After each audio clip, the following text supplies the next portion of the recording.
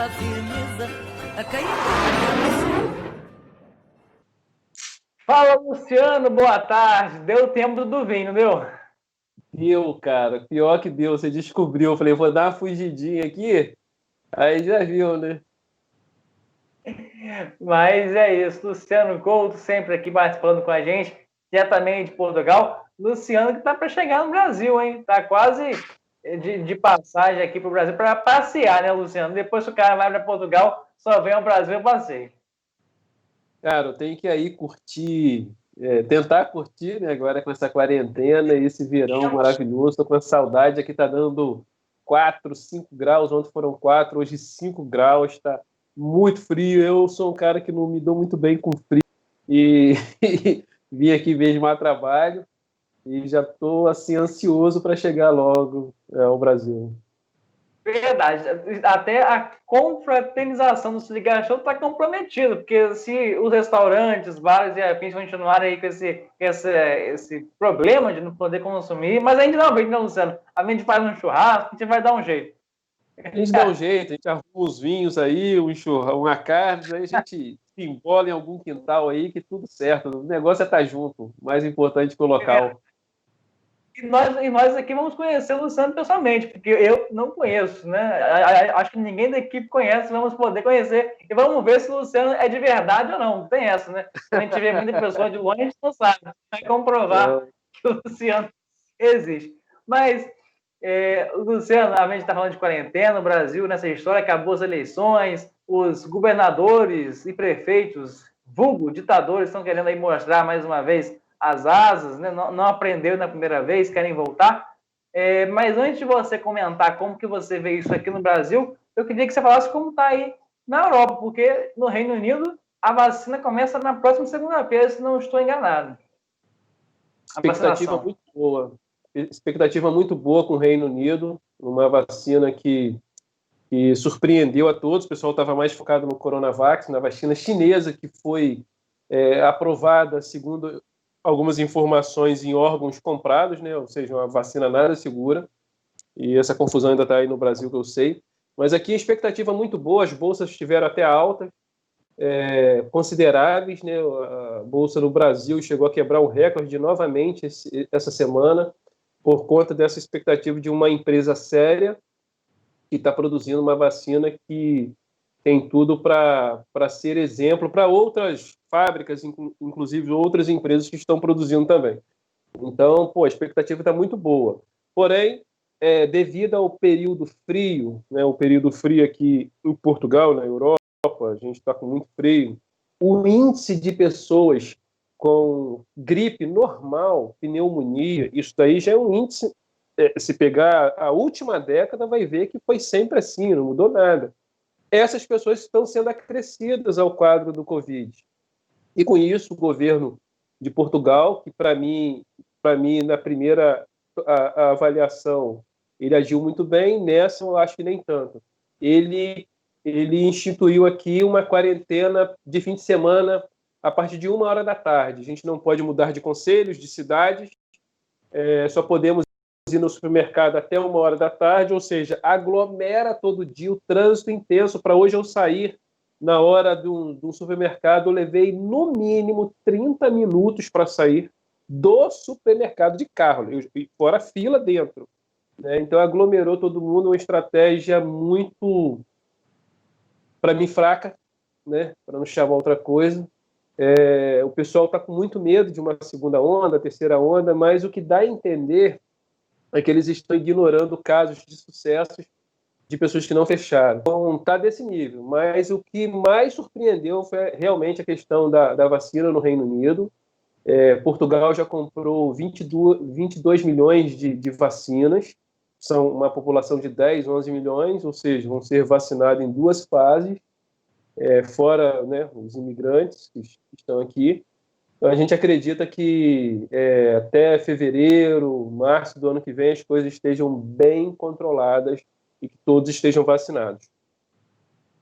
Agora, Luciano, como que você está vendo essas, mais uma vez, cabeçadas aqui que os governantes do Brasil começam dando? Até porque eu estava falando mais cedo em relação até os hospitais de campanha. Enquanto o João Dória é que as pessoas nem se abracem no Natal, ele podia ter mantido os hospitais de campanha funcionando, né? Ou pelo menos ativos. Ele desmontou alguns do estado, senão todos não têm essa informação, mas eu soube que alguns foram sim desmontados e agora ele vem com essa história de Natal sem DOC. Eu gostaria que uma equipe de televisão cobrisse o Natal e o Ano Novo de João Dória, saber onde que ele vai estar, com quem ele vai estar, porque seria interessante. Ele tem que dar um exemplo, né?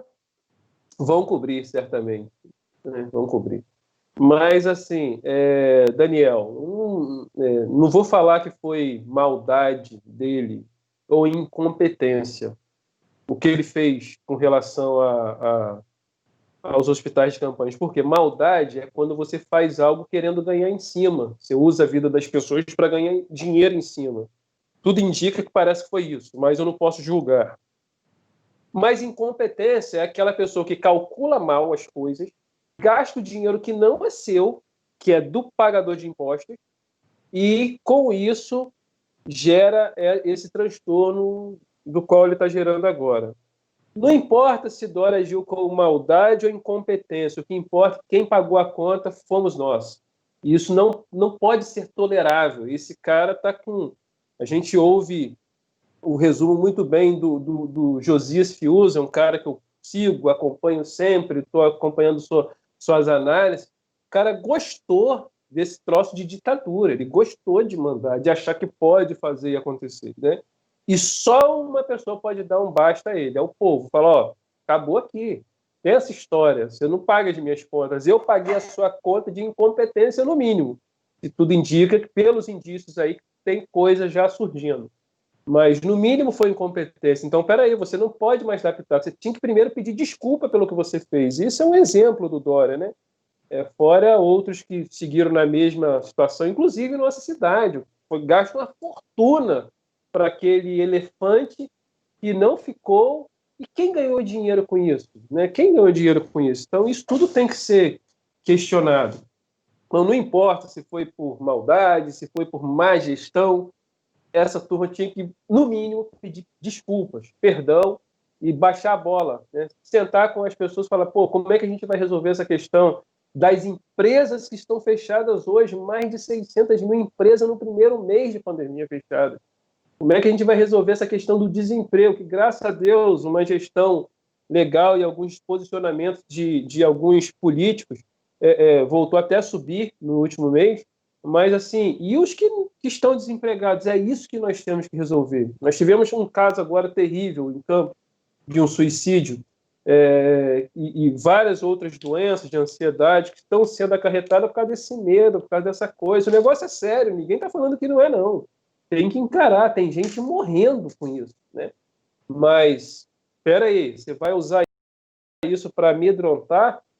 É melhor você orientar as pessoas, pô, dá para vencer se a gente fizer isso e aquilo, do que ficar botando medo, prendendo as pessoas em casa. O que você pensa que é? Está na China? Pelo menos eles fizessem a parte deles, porque foi o que eu falei, aqui no Brasil nós estávamos vivendo uma fase dos casos caindo, porque nesse período eles não se prepararam mais um pouco, já que já tinha essa expectativa da tal segunda onda, que no Brasil ainda não existe, nós estamos na primeira, porque aqui nunca foi de ter casos, né? Mas então aqui continua na primeira onda, é importante deixar isso bem claro.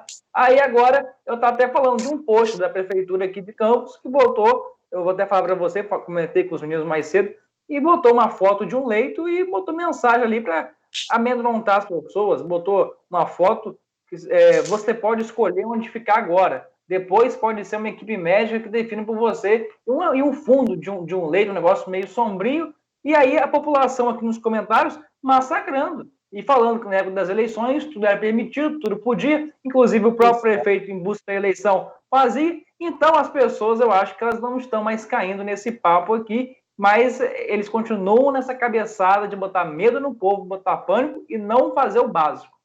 Ridículo, né? Ridículo mesmo, covardia, maldade. Não falta adjetivos para esse tipo de coisa, né? Ou às vezes até faltam adjetivos. Mas a verdade é que nós temos que saber que quem manda na coisa somos nós, é a gente que paga a coisa.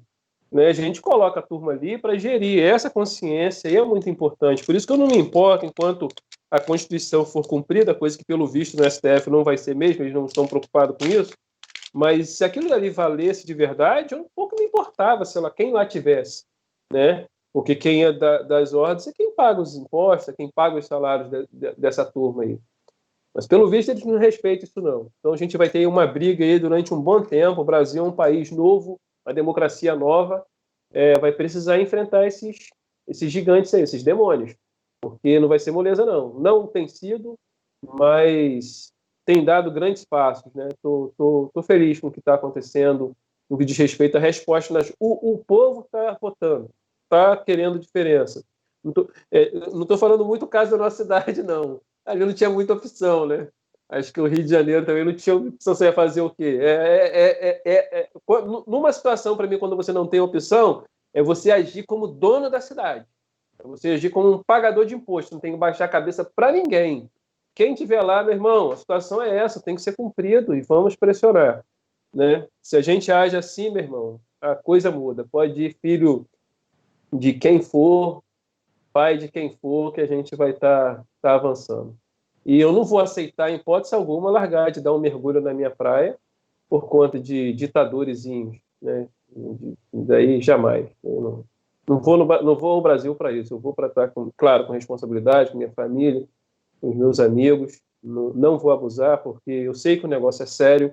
Aprendi muitas coisas aqui, principalmente como se importar em ambientes aglomerados, como você tem que fazer, onde você vai, eu acho que em Campos também deve ter, onde você vai é álcool em gel mesmo, usar as máscaras, dentro dos estabelecimentos, na rua não tem como, você vai andar como ofegante ali com a máscara, né?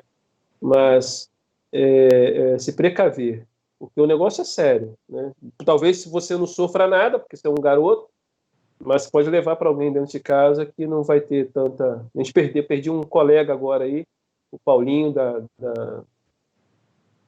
Mr. C, e foi uma perda de um amigo. A gente vê que não é brincadeira, mas não é por causa disso que a gente vai trocar nossa liberdade. Na semana passada também, eu perdi um amigo também, o Jorginho, você até viu lá a postagem, então assim, mas é o que você falou, nós temos que continuar tocando sempre com cuidado. Ninguém está dizendo que a doença não é de verdade, que o vírus não existe, ninguém está negando nada. Só estamos aqui apresentando os pontos que devem ser considerados e também a hipocrisia que tem que ser encerrada e ser cessada. Agora, Luciano, para a gente poder encerrar, vamos mudar um pouquinho o assunto aqui e falar de uma coisa que ontem repercutiu muito aqui no Brasil, que foi a questão do Márcio Smelling, né?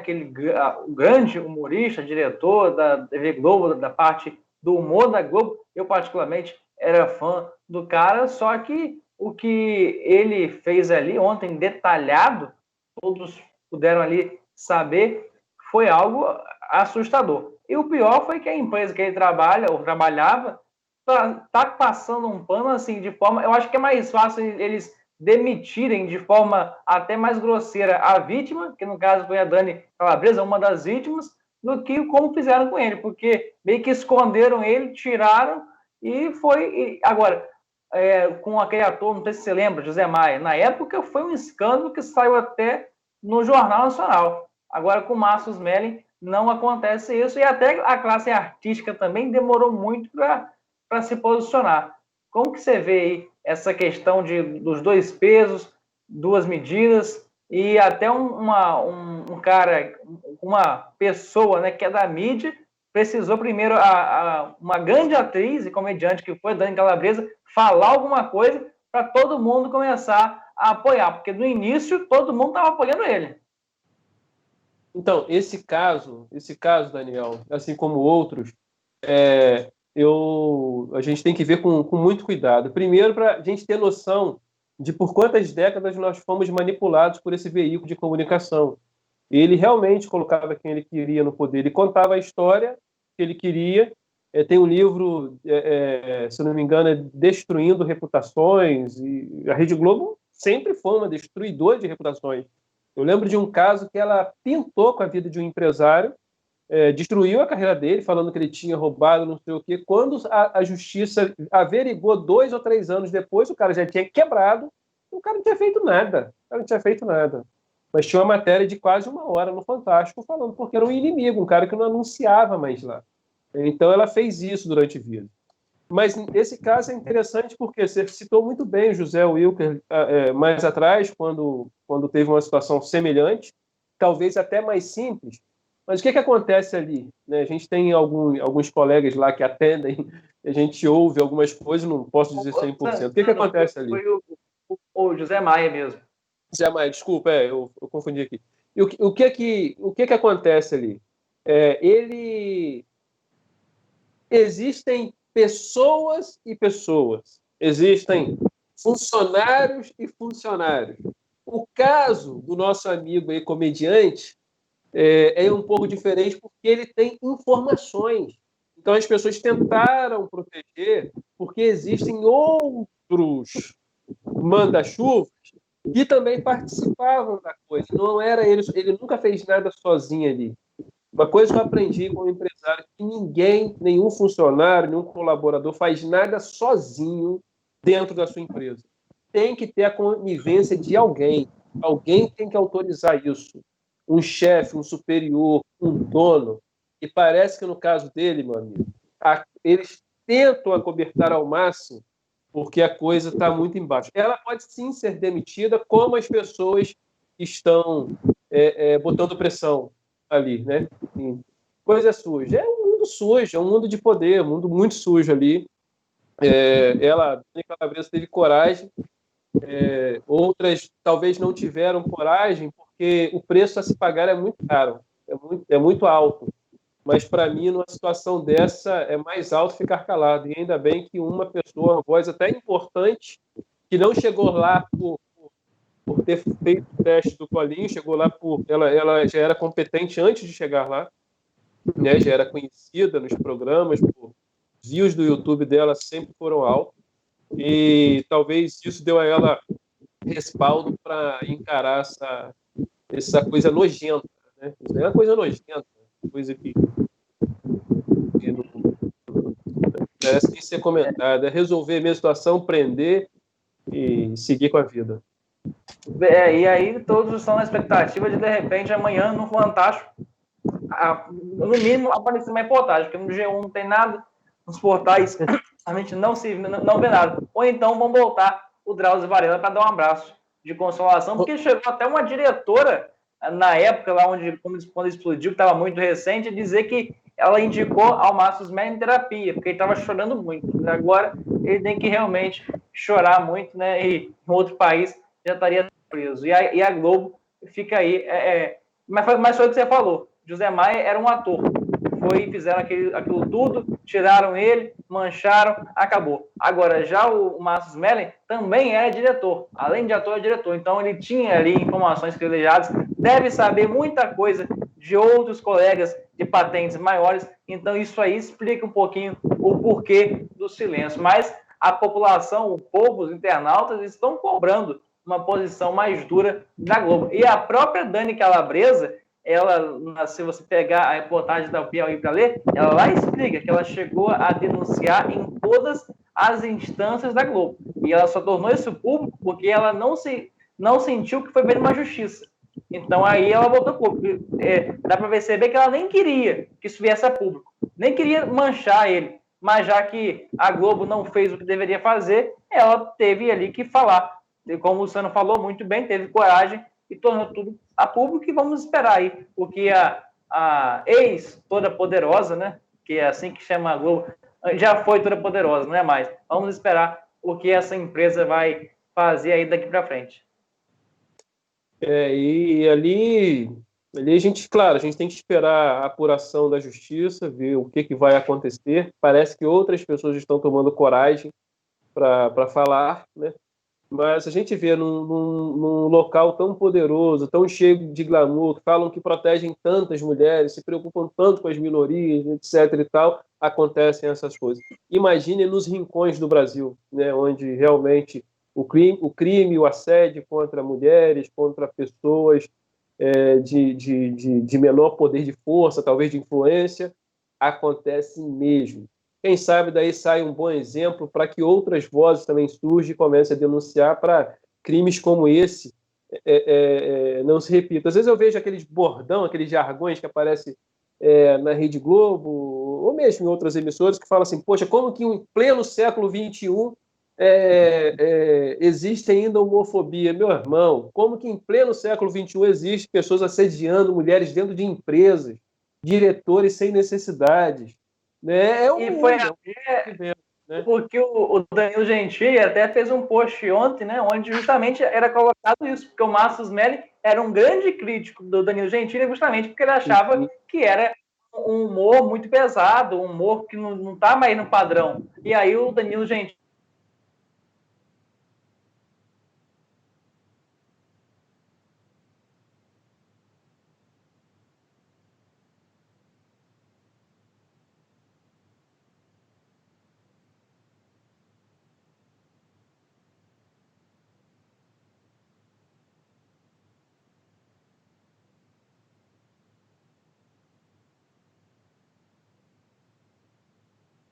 E caiu. Não estou ouvindo o Daniel. Não sei se caiu. voltou. Beleza. Foi minha internet aqui. Foi minha internet aqui. Minha internet aqui que deu essa. Daniel, estou ansioso para estar aí com vocês na confraternização, tomando um bom vinho, falando de coisas boas. Rapidinho, foi só aqui, ó, que o Márcio Smelly, na época, falou pro Danilo o seguinte: comédia não anula o Código Penal. E aí agora isso vale exatamente para ele. Eu vi. Vale, eu li, curti, compartilhei ali no Twitter. E porque é verdade, às vezes os caras, uma das frases mais comuns, né, da esquerda é acuse-os daquilo que você faz. Então, quando um cara está te acusando de algo e você sabe que você não fez, você pode ficar tranquilo e pesquisar direitinho que aquele cara ali provavelmente está fazendo. Ou está no grupo que faz. É certinho. Então, essa turma, cara, essa turma é perigosa. Turma que tem um microfone na mão, turma que tem a mídia na mão, o pessoal fala de quarto poder, para mim é o poder mais perigoso que tem, que eles destroem mesmo. Eles botam aquelas carinhas bonitinhas, aqueles rostinhos bonitinhos, aquelas pessoas famosinhas que você gosta, que você cresceu ali, para tentar falar o que essa pessoa falar se torne lei. Então, realmente é muito perigoso. Mas, Luciano, é isso. Provavelmente o nosso próximo encontro você vai estar até aqui no Brasil. Então a gente vai poder se encontrar, confraternizar, como você falou, tomar um vinho, comer uma pizza, um churrasco, que você também gosta muito. A gente vai se encontrar e vai fazer essa resenha bacana.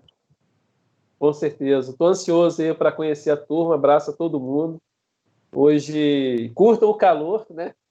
Eu vou curtir os momentos de frio aqui para chegar aí e poder estar com vocês. Um prazerzão. Muito obrigado pelo privilégio e oportunidade de fazer parte desse time aqui. Uma das coisas muito boas que me aconteceu em 2020, pode ter certeza. A honra é nossa e nós que agradecemos, ficamos muito felizes de ter uma pessoa como você no nosso time. Muito obrigado, Luciano. Um abraço. Até breve.